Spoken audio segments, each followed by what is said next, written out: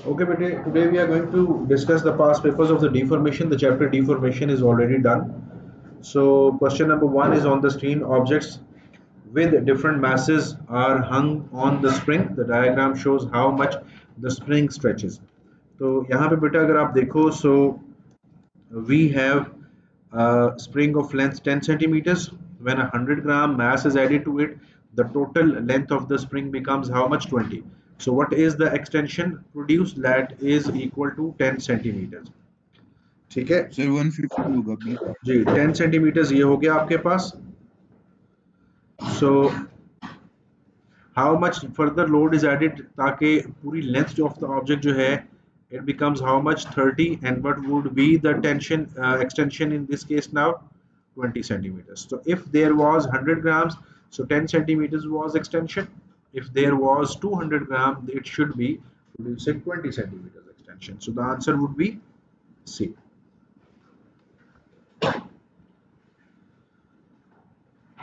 Question number 3. A student adds weights to an elastic cord. He measures the length of the cord for each weight. He then plots the graph from the result as shown. Which length has he plotted on the vertical axis? तो देखें एक side पे load है और दूसरी side पे हमारे पास क्या होना चाहिए? Extension. So what is extension? It is measured length minus original length. So it is measured length minus original length because this is load versus extension graph. अगर ये हमारे पास load versus length का graph होता तो it would have started somewhere from here. Zero से start ना होता. So extension zero क्यों होगी? Because whenever there is no load acting on the object, so it means extension of the object would also be equal to zero. Is that clear? Yes, beta. Fine. Just 1 second.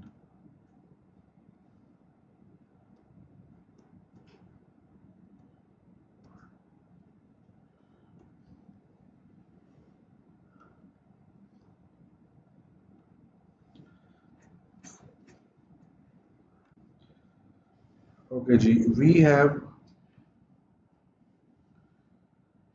question number 9.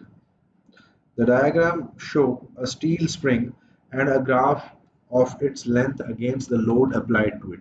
What is the extension of the spring when a load of 20 Newton is applied?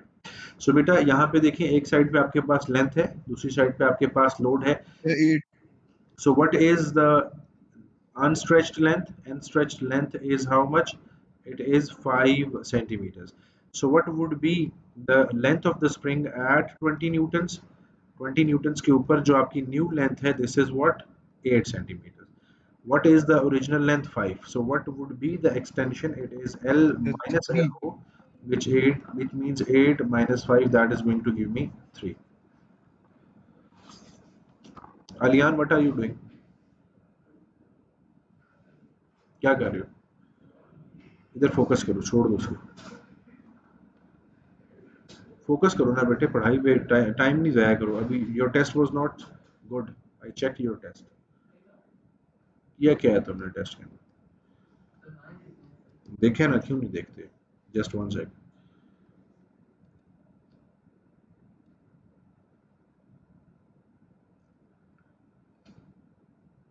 13 out of 25.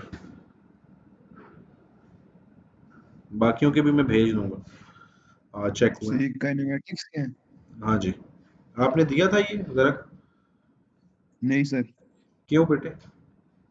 Sir वो physics का paper था तो sir वो मैंने उस दिन ये सारा सॉल्व कर दिया था सर. वो फिर वो जो शीट बनाई थी ना उसकी सर वो डिलीट हो गई कहीं, मतलब ये किस दिन हुआ टेस्ट? टैब हो गए तो सर वो खत्म हो गया सब कुछ. अच्छा, क्वेश्चन नंबर 20. जी टेस्ट किस दिन हुआ था?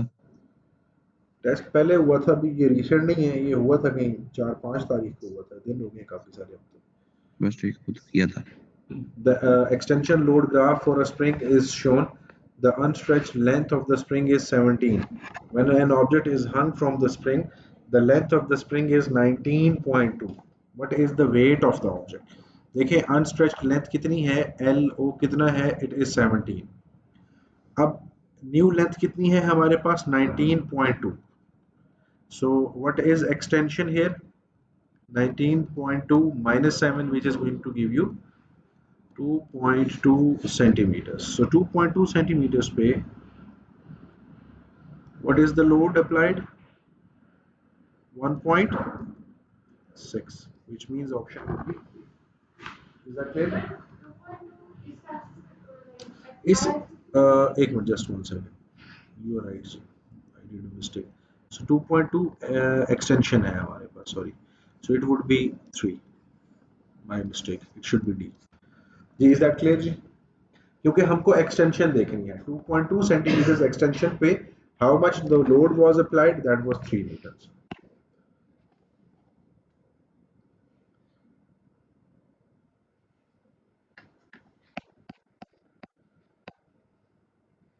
जी आलियान क्वेश्चन करो। A spring obey Hooke's law, which graph is obtained by plotting the extension of the spring against the load applied. D, ये अच्छा ठीक है, रीजन दो जरा क्यों।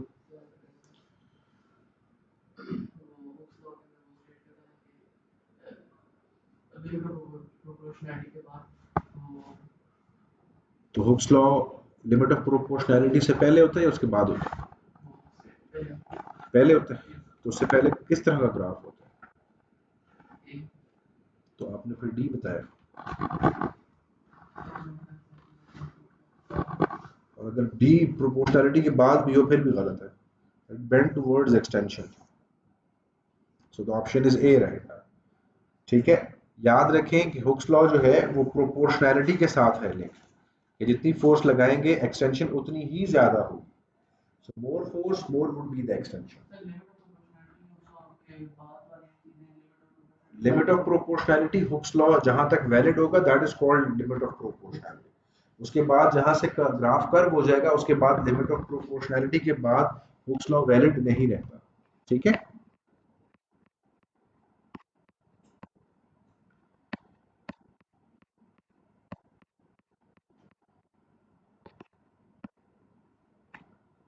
जी बेटा आप करो ये 33।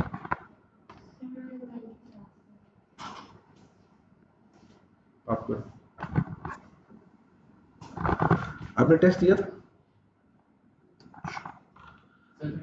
A spring which obeys Hooke's law has an unstretched length of 10 centimeter. Unstretched length क्या होती है, LO। ठीक है, लोड ऑफ 20 न्यूटन, ये F हो गया हमारे पास। द न्यू लेंथ कितनी है बेटा, L हो गया ये। अब एग्जामिनर पूछ रहा है स्प्रिंग कांस्टेंट, तो स्प्रिंग कांस्टेंट का फॉर्मूला याद है आपको, K is equals to Fx. F is equal to KX या KE, F अपॉन E। तो F कितना है बेटा, 20 न्यूटन, और एक्सटेंशन कितनी है, 36 minus 10 is equal to 26. The answer is 0.77 Newton पर सेंटीमीटर। ठीक है, हम लोगों ने जो हुक्स लॉ पढ़ा है इसकी जो लेक्चर की रिकॉर्डिंग है बेटे वो ग्रुप में पढ़ी है, आप देख सकते हो। ठीक है,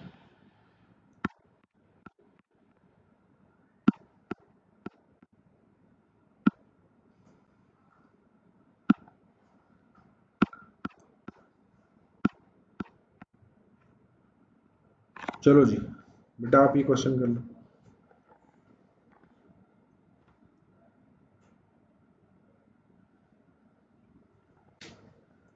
The graph shows how the length of the spring changes when the stretching force is increased. In the Hooke's law region, what is the spring constant for the spring?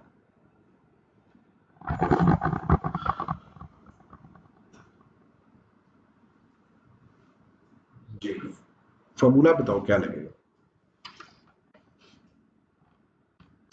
जी बेटा।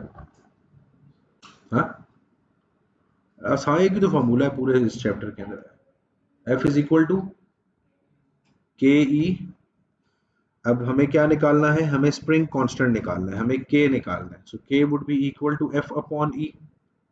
मतलब हमें क्या लेना है, ग्रेडियंट लेना है। अब यहाँ मसला ये है कि ये लेंथ y एक्सिस पे है और लोड x एक्सिस पे है। अब y2 माइनस y1 नहीं कर सकते। Are you getting this? क्यों? क्योंकि इसके ग्रेडियंट से हमें 1/k मिलता है। तो अब मैं फोर्स की दो वैल्यूज उठाता हूँ, एक ये वाली, एक ये वाली।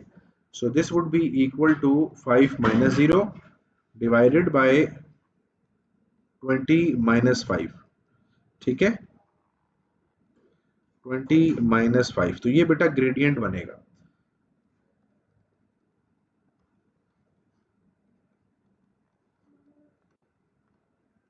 Zero 0.33 D would be the right answer. अब देखिए यहाँ पे एक चीज जहन में रखनी है कि ये जरूरी नहीं है कि एक्सेस जो दिया हुआ है वो बिल्कुल ठीक हो, आपके पास एक्सेस रिवर्स हो सकता है। तो आपको ये मालूम होना चाहिए कि वाई एक्सिस पे क्या है, एफ है, जो रियलिटी है। लेकिन ग्राफ में यहाँ पे आपके पास एफ जो है वो एक्स एक्सिस पे है। तो मुझे पता है कि फोर्स डिवाइडेड बाय एक्सटेंशन करनी है, तो मुझे फोर्स की वैल्यूज लेनी है, चाहे वो एक्स पे हो या वाई पे हो, उसके रिस्पेक्टिव मैं इन वैल्यूज को यहाँ पे प्लॉट करूंगा। ठीक है, क्लियर है बच्चा?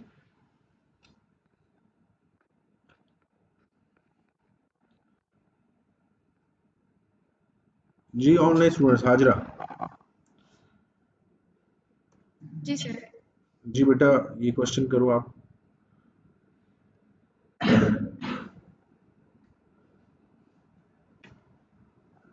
Unstretched length of the spring is 15 cm. When an object of the unknown weight is suspended on the spring, the length of the spring is 16.4. What is the weight of the object? ये होगी LO। L कितना है? 16.4। Extension क्या होगी? Answer C. ठीक है, check करते हैं। 1.4 एक्सटेंशन पे।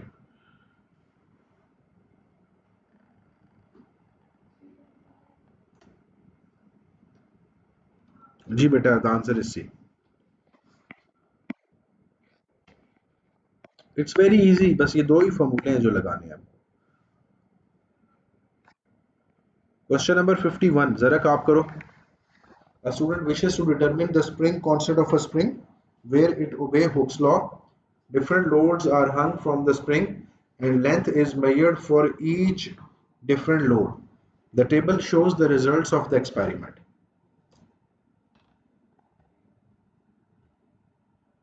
सर इसमें वही फॉर्मूला लगेगा ना, k is equals to F over E, और फिर हम उसमें से क्या कहते हैं वैल्यूज लेंगे। ठीक है, इस लेकिन और उसमें से वही मतलब उससे आंसर आएगा। हाँ तो बताओ f की क्या वैल्यू लें बेटा?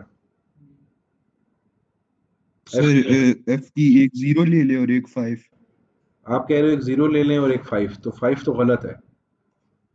क्यों गलत है, जरा इस पर बात करते हैं। जब लोड 2 न्यूटन 0 और है। 4 ले ले, क्योंकि सर वो रेशियोज की अजीब सी हो रही है जी उसमें दो देखें, अब देखें यहाँ पे डिफरेंस 0 और कितना 4 है। 2। अब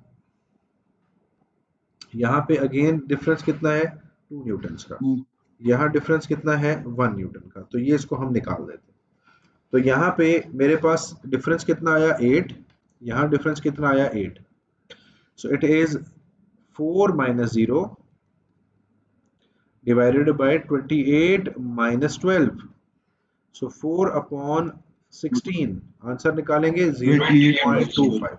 सो D would be the right answer. ठीक है यस सर। जी बेटा।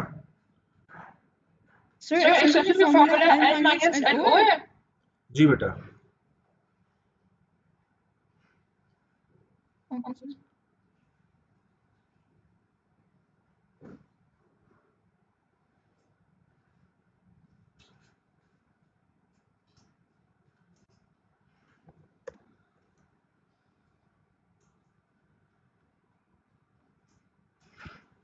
एक क्वेश्चन देता हूं आपको, थोड़ा टफ क्वेश्चन।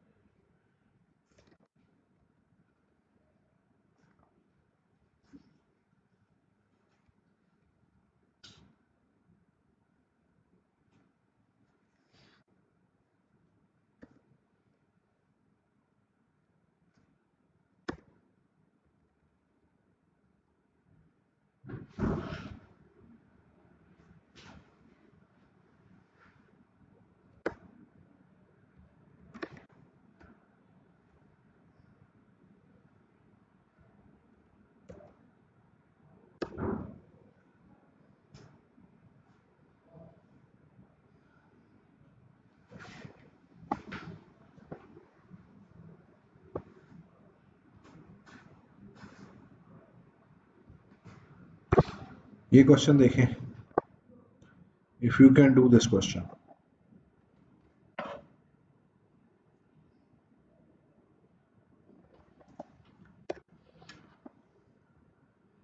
ये MCQ है and it's actually very tough, 1 mark का क्वेश्चन है ये।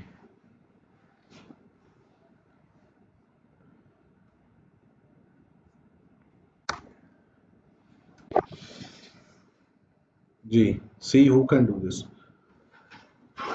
पढ़ा जा रहा है क्वेश्चन?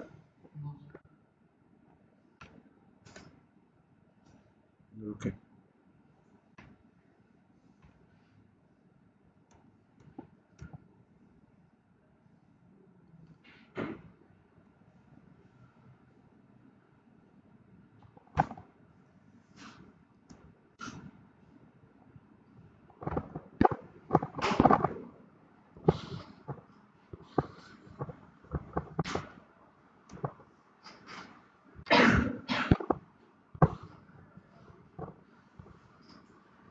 ये है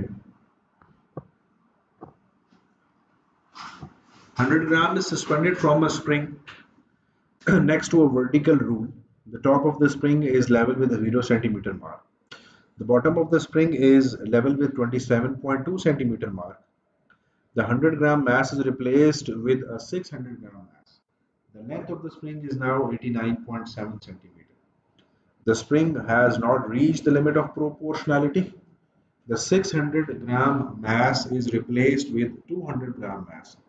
What is the length of the spring? हाँ जी। अब इसमें सबसे बड़ा जो प्रॉब्लम है वो ये है कि हमें ये ही नहीं पता कि स्प्रिंग की लेंथ है कितनी। सबसे बड़ा इशू ये, क्योंकि हम तो force is directly proportional to E करके वैल्यूज निकालते हैं ना, लेकिन यहाँ तो मसला है कि हमें यही नहीं पता कि हमारा जो स्प्रिंग है उसकी एक्चुअल लेंथ कितनी है। तो अब हम क्या करें?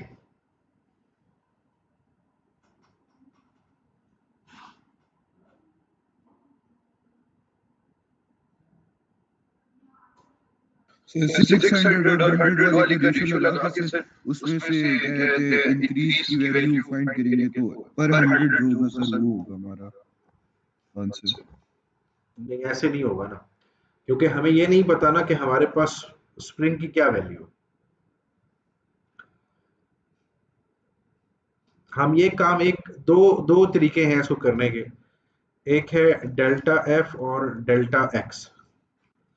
अगर देखें मेरे पास 600 ग्राम और 100 ग्राम, इनमें कितना डिफरेंस है?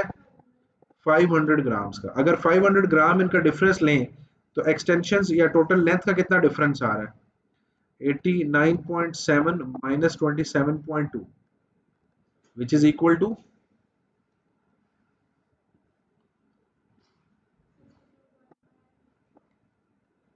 62.5 सेंटीमीटर। ये हो गया तब जब 500 ग्राम्स लगेंगे।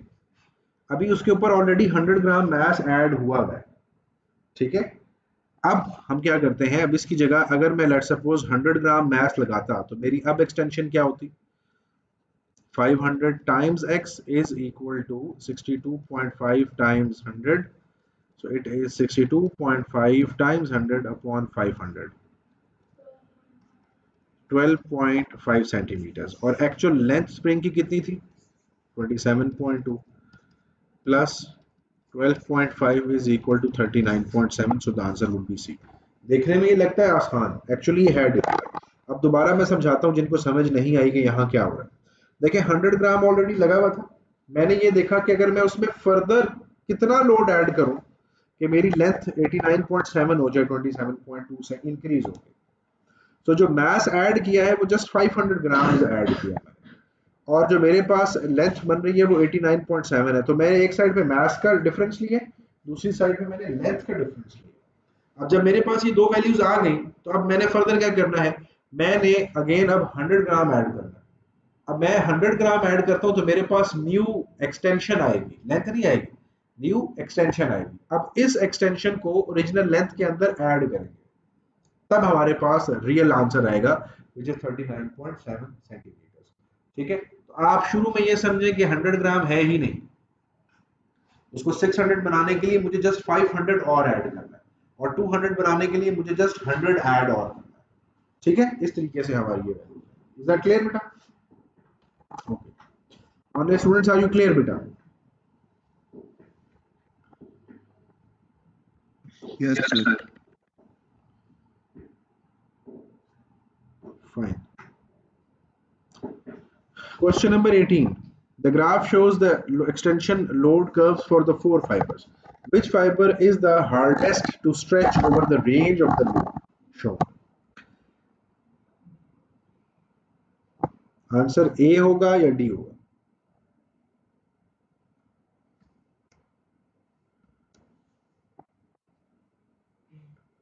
हमें वो देखना है हार्डेस्ट कौन सा होगा जिस पर लोड बहुत ज्यादा लगाऊं और एक्सटेंशन बहुत कम। तो मैं सबसे बड़ी वैल्यू उठा लेता हूं फोर्स की। तो यहाँ पे देखें आप, या यहाँ पे एक ऐसी वैल्यू देख लेते हैं जो कॉमन हो सबके लिए। तो ये इस पर्टिकुलर फोर्स पे डी में सिर्फ इतनी एक्सटेंशन पैदा हुई है, बी में इतनी एक्सटेंशन पैदा हुई है, ए में हमारे पास इतनी एक्सटेंशन पैदा हुई है, और सी में हमारे पास इतनी एक्सटेंशन पैदा हुई है। ये एक्सटेंशन सारी हमने यहाँ से देखनी है।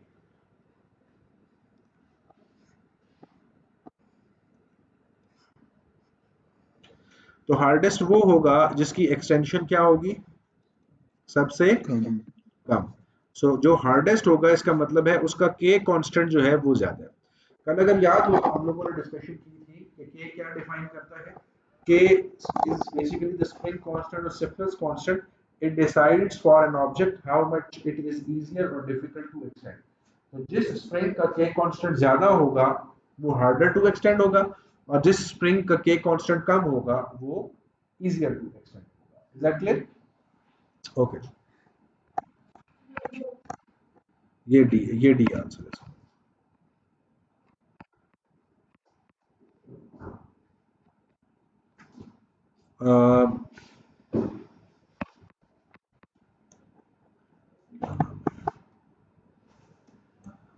आयजा आपका जीसीई है ना?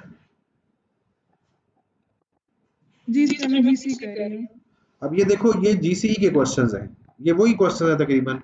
अभी जो हमने क्वेश्चन पीछे किया आपको था ना उसमें कंफ्यूजन। ये देखो अभी जो मैंने क्वेश्चन 20 कराया थोड़ी देर पहले, वही ये सेम क्वेश्चन यहाँ पे भी है, ये क्वेश्चन यहाँ पे भी है सेम नेचर का 21। तो कोई एक्स्ट्रा टाइप के क्वेश्चन नहीं होते, इसी तरह के क्वेश्चन होते हैं। 22 an experiment is carried sir out. IGCSE से ज्यादा मुश्किल है। जीसीई का थोड़ा सा टफ होता है स्लाइटली, बट आईजीसीएसई भी टेक्निकल होता है। तो जो आईजीसीएसई वाले स्टूडेंट्स होते हैं मैं उनको भी रेकमेंड करता हूँ कि आखिर में कोई 1-2 साल के पेपर जीसीई के भी कर लेंगे तो बेहतर है। अगर आपके पास टाइम बचता है तो बेहतर है कि जीसीई के पेपर्स भी आप कर लें। उससे ये होता है कि आप जरा गो थ्रू हो जाते हैं। 1-2 साल का मतलब है कि 5-5 6-6 एमसीक्यूज, 5-5 6-6 थ्योरी एटीपी, इस तरह से थ्योरी एटीपी तकरीबन सेम नेचर का होगा। Question number 22.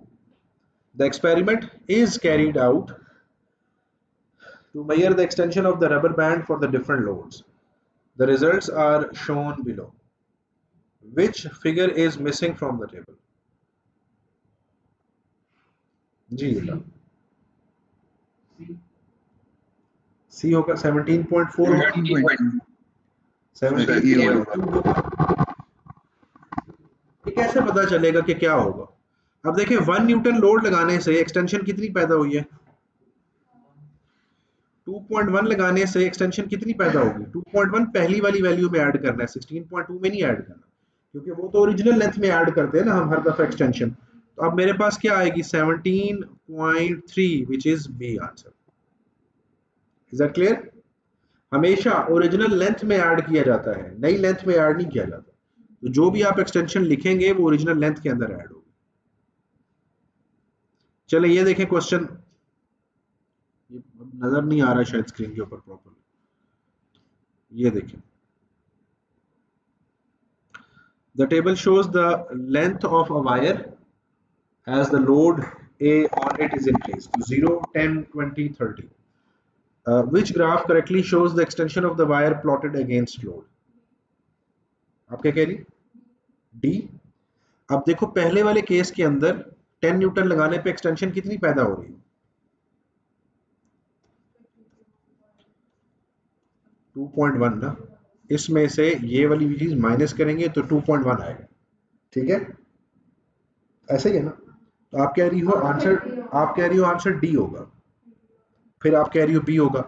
अब अगर लेट सपोज के बी है, बी नहीं होगा तो फिर क्या होगा? सी होगा. ठीक है. सो अब यहाँ पे लेंथ क्या होगी बेटा? 4.1. यहाँ पे क्या होगी? 6.3. तो 10 न्यूटन लगाने से 2.1 है, तो 0 लगाने से 0, 10 लगाने से 2.1, 20 लगाने से 4.1 और 30 लगाने से 6.3. इस तरीके से हमारे पास ये वाला सी आंसर होगा.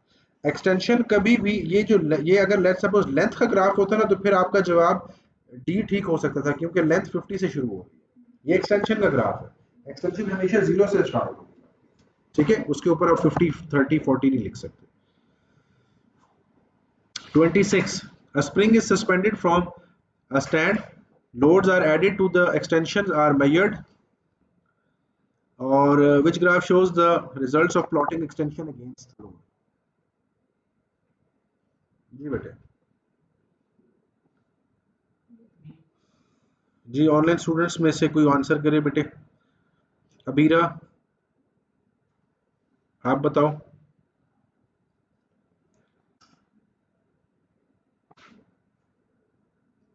Plotting extension against load. आप कौन सा कह रही हो बेटा? अच्छा, सी. देखो सी एक्सटेंशन का ग्राफ है. अब आपने इसको डी क्यों नहीं चूज किया? वजह बताएं जरा. क्योंकि 0 सर क्योंकि हमें ऑलरेडी वैल्यू का नहीं पता कि क्या वैल्यू है इसकी स्प्रिंग जो है. तो ये तो स्प्रिंग की इनिशियल वैल्यू पता. तो बेटा यही तभी तो कह रहे हैं ना, ये एक्सटेंशन का ग्राफ है ना, तो एक्सटेंशन तो 0 से स्टार्ट होगी हमेशा. अगर ये लेंथ का ग्राफ होगा तो फिर सी होगा. पहले से क्या हुआ होता है? सर वो जो आपने बताया था कि उसमें जब लोड ही नहीं है तो एक्सटेंशन कहां से होगी? अरियान क्या बता रहे हैं? देखो इसको छोड़ दो. ठीक है अबीरा, क्लियर है बेटा? जी सर. सर इसका सी हो गया. अभी इसका आंसर सी है, डी है, लास्ट ऑप्शन.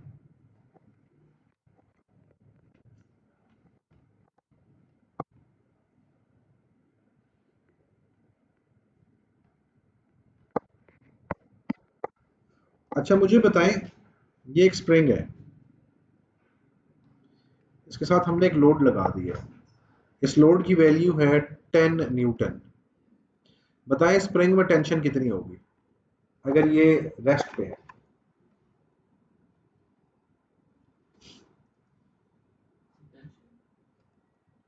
स्प्रिंग में टेंशन होगी ना, एक फोर्स नीचे लग रही है, एक कांटेक्ट फोर्स इधर लग रही है, तो टेंशन होगी ना स्प्रिंग में. स्प्रिंग में जो टेंशन है उसकी क्या वैल्यू? इस तरह के क्वेश्चन नॉर्मली 1 नंबर के आते हैं. तो इसका मतलब ये होगा कि इसमें कोई लंबी चौड़ी कैलकुलेशंस नहीं है, आपने देख के ही आंसर दिया. तो 2 नंबर का 3 नंबर क्वेश्चन है तो फिर थोड़ा टेंशन वाली बात होगी भाई, अब इसमें कोई लंबा चौड़ा काम कर. अगर देख के कोई चीज लिखनी है तो उसमें तो फिर आंसर लाइक उसके 1 नंबर एनफ है. तो अभी बताएं क्या आंसर? नहीं, इसका उससे कोई ताल्लुक नहीं है, मैं वैसे एक्स्ट्रा क्वेश्चन पूछ रहा हूँ. इसका उससे कोई लेना देना नहीं. ये जनरल क्वेश्चन मैंने पूछा है कि अगर लोड 10 न्यूटन है तो बताएं टेंशन कितनी होगी. पढ़ी है टेंशन? 10 × 9.81. सॉरी क्या होगी?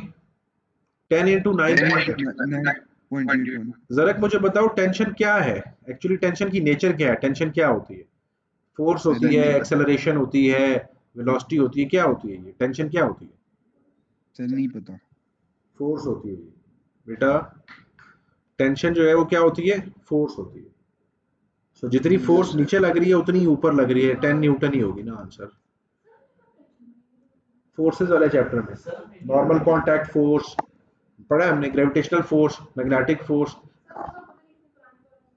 कितनी 500 साल हो गए बेटे, 2000 ईयर्स अगो, पिछले महीने तो पढ़ा है।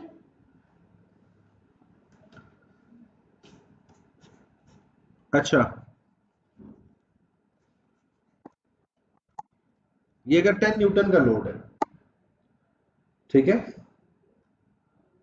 और इसको मैं रिलीज कर रहा हूं और ये नीचे की तरफ भाग रहा है, एक्सेलरेट कर रहा है, और टेंशन ऊपर की तरफ है, फर्ज करें वो 5 न्यूटन है, बताएं इसकी एक्सेलरेशन क्या होगी। लोड नीचे 10 है, टेंशन ऊपर 5 है, बताएं एक्सेलरेशन क्या होगी। एक्सेलरेशन का फॉर्मूला आता है F is equal to M A नहीं होता, F net is equal to M A होता है। अब आप बोलोगे इसमें क्या फर्क है। अब अगर F इज इक्वल टू, हाँ, अब टोटल में क्या लिखूंगा, कौन कौन सी फोर्सेस लग रही है, एक है 10 और दूसरी, एक है 10 दूसरी, तो 15 क्यों लिखा, डायरेक्शन आपस में ऑपोजिट है, डायरेक्शन ऑपोजिट है ना। एक्सेलरेशन जरा 9.81 उस वक्त होगी जब ये ऑब्जेक्ट फ्री फॉल कर रहा है, स्प्रिंग अटैच नहीं है इसके साथ। मैथ्स तो निकालेंगे ना बाद में, पहले एफ नेट की बात करें। एफ नेट क्या होगा, 10 माइनस 5, क्यों, दोनों ऑपोजिट साइड पे लगे। अब बात करते हैं मैथ्स की, तो मैथ्स किसके इक्वल होता है, वेट ओवर जी के। वेट कितना है 10 न्यूटन, जी की वैल्यू 9.81, यहाँ से आंसर निकलेगा। फर्ज करें ये आंसर आता है 1.1 kg, यहाँ से ए की वैल्यू आपके पास आ जाएगी 5 ओवर 1.1, तो तकरीबन 4.8 समथिंग वैल्यू आ जाएगी। जब ऑब्जेक्ट फ्री फॉल हो ना, स्प्रिंग ना हो, मैंने बस ऐसे ही हवा में बस ऑब्जेक्ट को छोड़ दिए या हाइट से ऑब्जेक्ट को छोड़ दिए, तो फिर आपके पास एक्सेलरेशन 9.81 होती है। अभी अभी थोड़े रिलैक्स हुए में, टेस्ट ठीक नहीं है मेजॉरिटी, ठीक है, तैयारी शैरी जो है ना वो शुरू करें आप।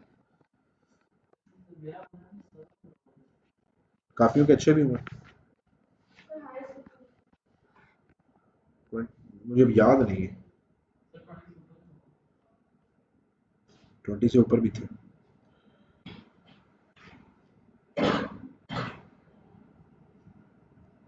अब्बास 10 नंबर है आपके, नंबर ठीक नहीं है, नहीं बन। अमानी 13 बेटा, ईशल जिया 6, हाजरा मजहर, हाजरा 16 है बेटा आपके। आप लोग थोड़ा सा ग्रुप को एक्टिव करो, और एक बच्चा था जिसने अपना नाम नहीं लिखा हुआ था, इस बच्चे के हैं 17, कुछ के डायरेक्टली मैंने भेज भी दिए थे ऑनलाइन। सर मेरा पॉसिबल क्वेश्चन है, आपको मैं वो प्राइवेट भेज दूं क्वेश्चन। जी भेज दें बेटा। आप लोग पता क्या किया करें, आप लोग का जो क्वेश्चन हो ना ग्रुप में करें, शेयर करें। आप लोग थोड़े से एक्टिव हो जाएं, अब पेपर्स मिड टर्म्स ऑलमोस्ट खत्म होने वाले हैं आप लोग के, ठीक है। मिड टर्म से वापस आएंगे तो मैं जनरल फिजिक्स का हो सकता है पूरी का टेस्ट लेंगे जी। आप लोग तो फिर तैयारी कर ही नहीं रहे हो यार। सर हम करेंगे सर, ठीक सर। क्या सर प्लीज, दोनों टॉपिक्स कर दीजिए सर, वो हमारे सुना दे सर, हम तैयारी आज बड़ा मैं इसलिए जो है ना आज थोड़ा वो डिफरेंट मोड में, मैं इसलिए आप लोगों से पूछ रहा हूँ। आप तो बिल्कुल रिलैक्स हुए हैं, इस तरह से फायदा नहीं है एकेडमी लेने का ना, फिर टाइम वेस्ट हो रहा है। आप लोग तैयारी नहीं कर रहे, रिलैक्स हुए हैं, ठीक है। तो इस तरह से नहीं, अब आप लोग ना डेली ना सारे करें ना, जो जो आ रहे हैं फिजिकली 30 40 एमसीक्यूज करें और चेक करवाएंगे सारे, ठीक है। 30 एमसीक्यूज करने में वापस जब खत्म हो जाएंगे तब दिखा, ठीक है। जनवरी से ऑनवर्ड जो है ना प्रॉपरली, हाँ 4 सर कौन से चैप्टर स्टार्ट करें जी, कौन से चैप्टर स्टार्ट करें जो कर लिए मेरे साथ बस, हाँ इसे करो। बस यार रोजाना 30 करने हैं यार, 60 एमसीक्यूज कर लो, 60 एमसीक्यूज कर लो, 70 एमसीक्यूज कर लो, 10-12 थ्योरी के क्वेश्चन एनफ है, फिर बाकी पेपरों के वक्त कर लेना। अभी तो करो ना, 3 दिन का काम है यार एक चैप्टर खत्म करना। जब तक नया चैप्टर चल रहा होता है उस वक्त तक पीछे से आप मुकम्मल करना शुरू कर देना। ये कौन सा मुश्किल काम है, आपकी तैयारी अच्छी चलेगी ना, इस तरह तो फिर वो मजा नहीं आएगा आपको। ये 30 एमसीक्यूज आधे घंटे में हो जाता, 30 मिनट्स। नहीं अगर नहीं आता तो आप मैसेज तस्वीर खींचे और ग्रुप पर डाल दें, खत्म, उसी वक्त आपको उसका आंसर देंगे। थोड़ी सी एफर्ट करें ना आप। चलें, that is all for today.